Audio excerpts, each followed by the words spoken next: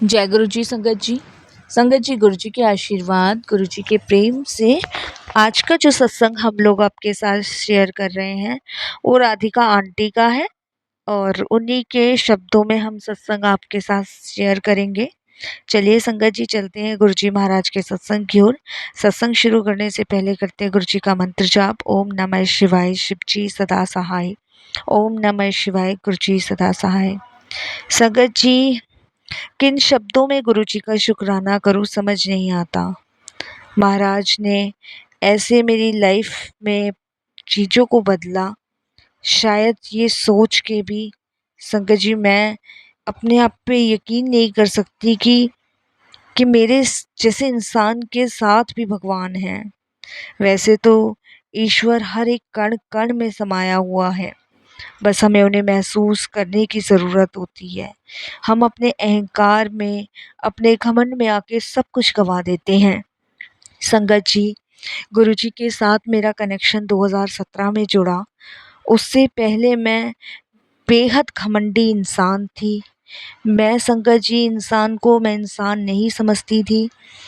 मेरे पास संगत जी कुछ पैसे आ गए थे तो उसकी वजह से मुझ में इतना घमंड, इतना ईगो कि संगत जी मैं इंसान को इंसान समझना भूल गई थी। परिवार में बच्चों को बच्चा समझना भूल गई थी, पति को पति समझना भूल गई थी। संगत जी मैं अपने माँ बाप की इकलौती बेटी थी। मेरे माँ बाप 2016 में दोनों एक कार एक्सीडेंट में एक्सपायर हो गए। उसके बाद संगत जी जो भी उनकी प्रॉपर्टी थी वो सब मेरे नाम हो गई और वो सब मेरे नाम होने के बाद संगत जी मुझ में घमंड, अहंकार सब कुछ आ गया था। वो कहते हैं ना संगत जी कि जब पैसा आता है तो अहंकार घमंड साथ लेकर आता है, वही सब मेरे अंदर था। मुझे और चाहने की इच्छा हो गई थी कि और ज़्यादा पैसे बढ़े। इस चक्कर में मेरे पति मुझे बहुत बार समझाते थे कि राधिका इतना घमंड, इतना अहंकार सही नहीं होता, कभी मुंह के बल तुम्हें गिरना भी पड़ सकता है। और संगत जी वही हुआ। इतना घमंड संगत जी कि मैं आपको बता नहीं सकती कि घर में से लेके बाहर तक मैं लोगों की बेइज्जतियां करने से नहीं चूकती थी।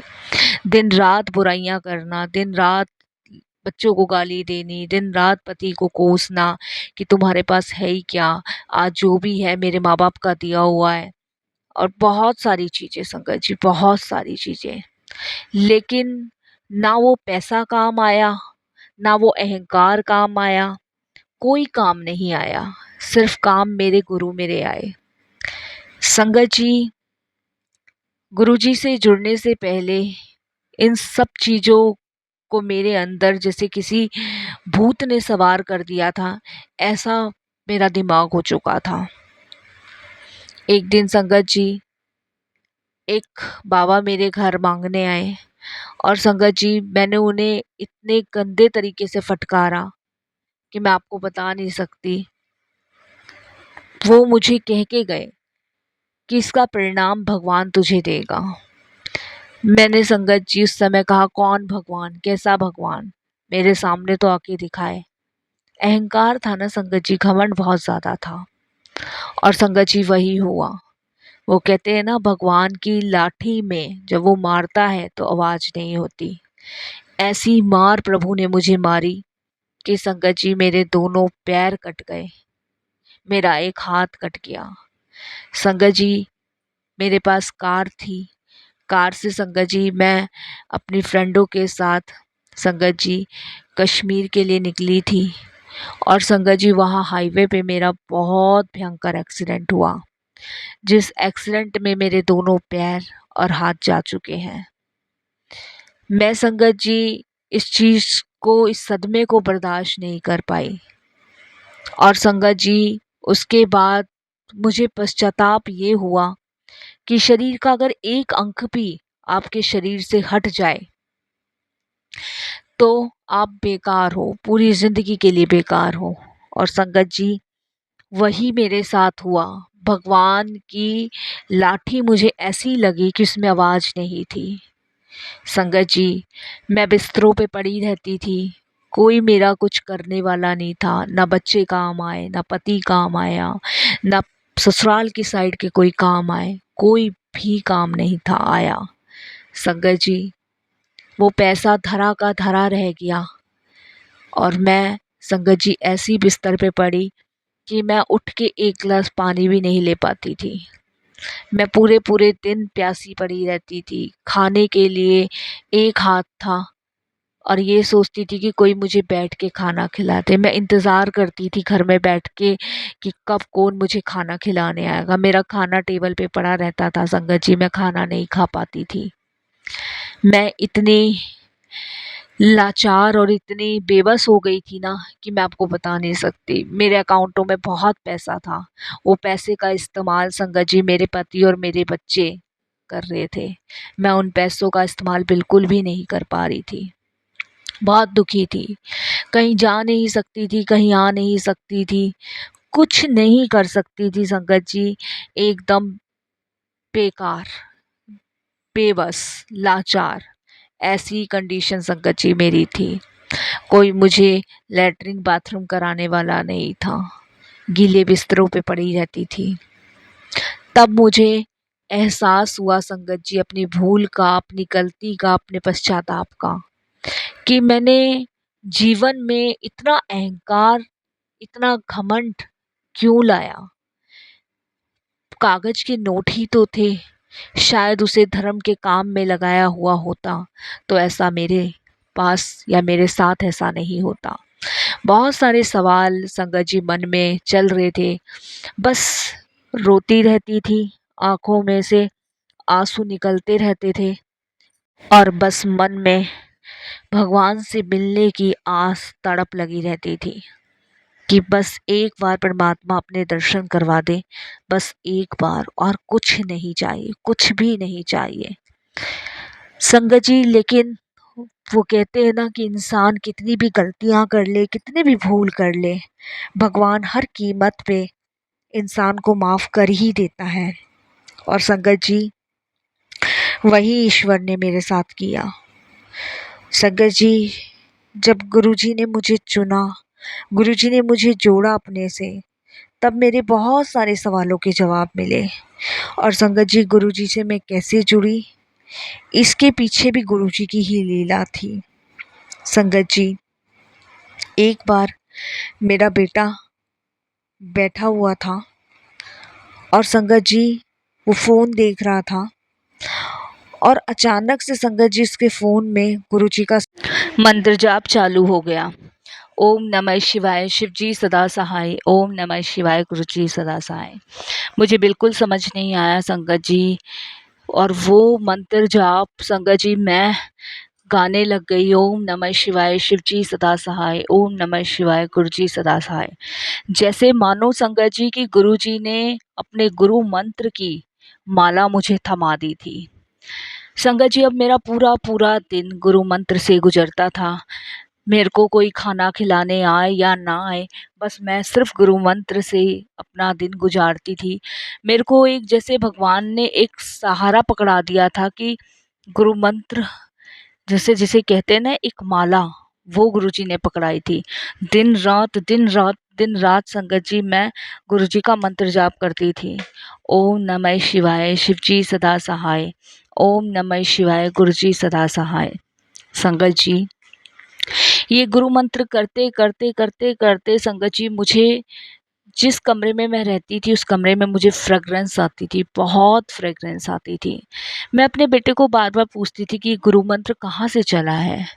वो मुझे बताता नहीं था क्योंकि संगत जी कभी प्यार ही नहीं दे पाई उन्हें ढंग से, जो कि वो मुझे माँ का दर्जा देते समझते। गलती सारी मेरी थी, मेरे घर में किसी की गलती नहीं थी, सब गलती मेरी थी। मेरे हस्बैंड संगत जी मेरा एटीएम कार्ड ले जाते थे, बैंकों से पैसे लाते थे, और संगत जी अपना लाइफस्टाइल भी उन्होंने चेंज कर लिया। अच्छे अच्छे कपड़े पहनने, घूमना फिरना, मुझे पूछना नहीं कुछ भी। संगत जी ये नहीं कि कैसी हालत है, 2 पल मेरे साथ नहीं बिताने। मैं संगत जी ऐसी अवस्था जी रही थी उस समय। मन में बहुत सवाल रहते थे कि शायद ये मेरे कर्मों का फल है जो मैंने पिछले जन्म भी किए और इस जन्म भी किए। संगत जी, बस अपना सहारा सिर्फ गुरुजी का मंत्र था। ना कभी मिली थी, ना कभी देखा था, ना कभी गई थी। बच्चे से बार-बार पूछती थी, बहुत उल्टा-सीधा सुनाकर वो चला जाता था। संगत जी, बहुत कोशिश करी लेकिन उसने मुझे नहीं बताया। फिर संगत जी हमारे घर में काम वाली आती थी जो कि लगाई हुई थी। संगत जी, उसको मैंने कहा कि तुम मुझे अपने फ़ोन में गुरुजी का मंत्र जाप बता सकती हो? वो कहती है कि भाभी मेरे पास तो कीपैड वाला फ़ोन है, मैं कैसे बताऊँगी? तो वो कहती है कोई बात नहीं भाभी, कल मैं अपने पति का फ़ोन लेकर आऊँगी, उसमें मैं आपको देख के बताऊँगी। संगत जी, मेरे हस्बैंड तो मेरे ऐसी अवस्था में होने के बाद ऐसे आज़ाद हुए कि शायद जो रंग मुझ पे चढ़ा था कुछ समय पहले, वो रंग उन पे भी चढ़ रहा था। जो अहंकार, घमंड मुझ में आया था, वो उनमें भी आता जा रहा था। संगत जी, अगले दिन रानी मेरे घर आई अपने पति का फ़ोन लेके, और काम करने के बाद उसने मुझे बोला कि भाभी जी कौन-सा मंत्र जाप बता रहे थे? तब मैंने उन्हें बताया कि ओम नमः शिवाय, शिव जी सदा सहाय, ओम नमः शिवाय, गुरु जी सदा सहाय। संगत जी, जैसे ही वो मंत्र जाप यूट्यूब पे डाला, गुरु जी का स्वरूप निकल के आ गया। और संगत जी, उसके बाद उन्होंने कहा भाभी ये गुरु मंत्र इन महाराज का है। संगत जी, रानी तो पढ़ी लिखी नहीं थी, मैं पढ़ी लिखी थी। मैंने वो फ़ोन एक हाथ से लिया अपने और गुरुजी के बारे में देखा, जाना। बहुत सारी चीज़ें संगत जी मुझे पता चली और मेरे मन में धीरे-धीरे सारे सवाल संगत जी अपने आप सुलझते चले गए। मेरी बहुत इच्छा थी कि मुझ पे फ़ोन हो, क्योंकि मेरा फ़ोन संगत जी एक्सीडेंट के टाइम चकनाचूर हो गया था। मेरे हस्बैंड ने मुझे फ़ोन लेकर नहीं दिया, बच्चे कोई मदद नहीं करते थे। भला उस रानी का जिसने मुझे मेरे प्यारे गुरुजी के दर्शन करवाए। मैं आज तक गुरुजी के दरबार नहीं गई, लेकिन गुरुजी ने मुझे सँभाल रखा है। संगत जी, गुरुजी ने मुझे अब इतना सँभाल दिया है कि संगत जी, मैं उठ सकती नहीं हूँ लेकिन बैठ सकती हूँ। मैं खा नहीं सकती, लेकिन संगत जी मैं एक हाथ से थाली पकड़ के जीभ से खाती हूँ। हर चीज़ गुरुजी महाराज मुझे सिखाते जा रहे हैं। मेरे मन में जो उथल-पुथल थी वो सब शांत करते जा रहे हैं। सिर्फ़ मैं गुरु मंत्र के सहारे संगत जी जीती चली जा रही हूँ, जीती चली जा रही हूँ। संगत जी, ये सब मैजिकल है मेरे लिए, सब कुछ जादुई है। वो पहला दिन था जब मैंने गुरुजी को देखा था अपनी रानी के फ़ोन में। संगत जी, उसके बाद जो मार मुझे लगी थी वो मार मेरे पति को भी लगी। मेरे बिस्तर पे पड़ने के बाद संगत जी उनका बाहर किसी औरत से अफेयर चल गया था। इसकी मुझे खबर बहुत समय पहले से थी, लेकिन पहले मैं ऑब्जेक्शन उठाती थी, लेकिन उस समय मेरा ईगो, मेरा घमंड मेरे सामने था कि अगर ये कर रहा है तो मैं भी करूँगी। तो संगत जी, मेरे में भी बहुत ईगो, घमंड था और बहुत सारे बाहर मेरे भी खुद के भी अफेयर चले थे, मैं झूठ नहीं बोलूँगी। तो संगत जी, उस चीज़ को अगर मेरा पति कर रहा था तो मुझे बहुत तकलीफ़ हो रही थी, तो शायद जब मैं करती होंगी तो उसको कितनी तकलीफ़ होगी, पहल शायद मेरी तरफ से थी। संगत जी, लेकिन जैसी मार मुझे भगवान ने मारी, वैसी ही मार मेरे पति के भी लगी। संगत जी, जिस लड़की के चक्कर में वो मेरा सारा पैसा बर्बाद कर रहे थे, वो लड़की छोड़ के चली गई। मेरे अंकल डिप्रेशन में आ गए, बहुत ज़्यादा डिप्रेशन में आ गए और डिप्रेशन की वजह से उन्हें संगत जी बहुत सारी चीज़ें समझ आई। मैं उन्हें मुँह से बोलती थी, एक दिन तुम मुझे कहते थे कि भगवान की लाठी में आवाज़ नहीं होती, आज मैं तुम्हें बोल रही हूँ, सुधर जाओ, अपना घर बचा लो।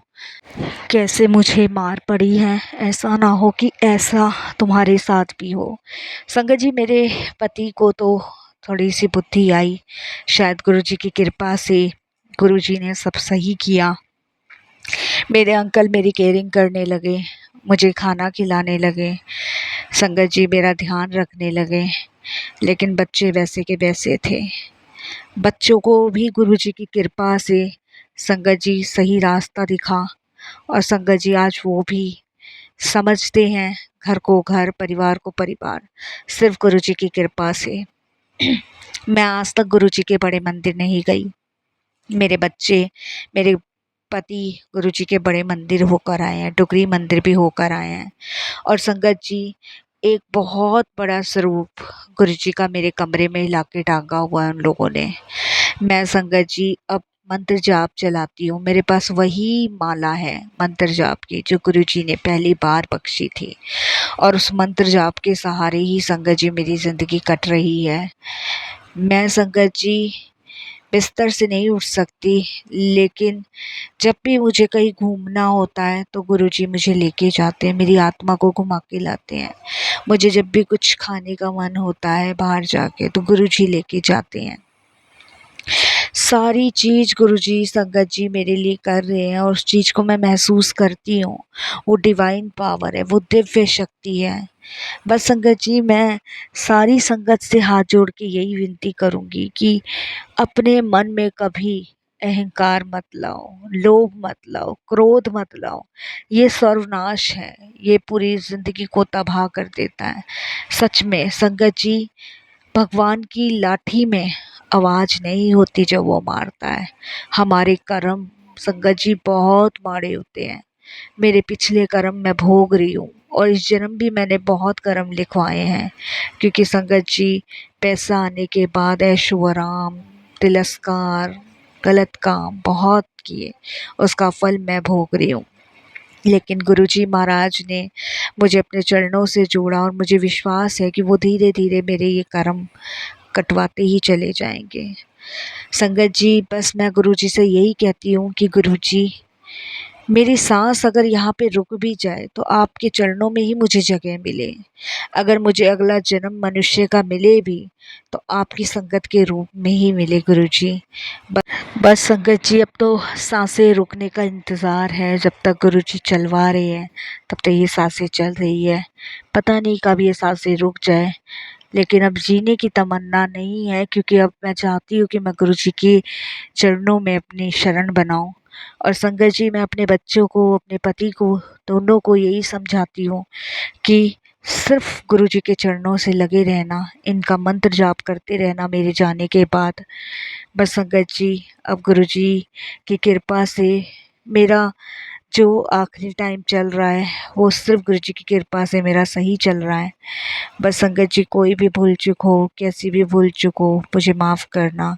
ये सत्संग मेरे पति लिख रहे हैं, गुरुजी की कृपा से। संगत जी इनसे भी कोई भूल हो क्षमा करना।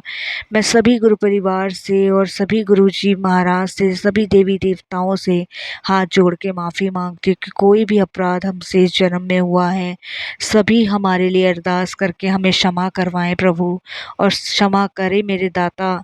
बस यही आखिरी अरदास है मेरी। संगत जी पता नहीं अगला सत्संग कभी रिकॉर्ड हो या ना हो, लिख पाए ना लिख पाए, लेकिन बस जो भी मेरा ये सत्संग था छोटा बड़ा, वो मैंने गुरुजी के चरणों में समर्पित किया। अब वाणी को विराम देती हूँ गुरुजी के पवित्र मंत्र जाप के साथ। ओम नमः शिवाय, शिव जी सदा सहाय।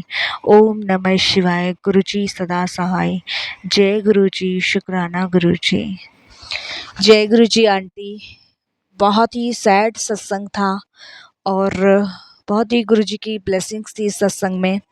मैं गुरुजी से अरदास करूंगी कि महाराज आपकी सारी इच्छाएं पूरी करें। गलती इंसान से होती है संगत जी, लेकिन भगवान उसको क्षमा ज़रूर करता है। बस हमें विश्वास भरोसा बनाए रखना है ईश्वर पे। और वो गुरुजी महाराज जो महाशिव के अवतार हैं, वो हमारे कर्म इतने ख़राब होने के बाद भी हमें अपने गले से लगाते हैं।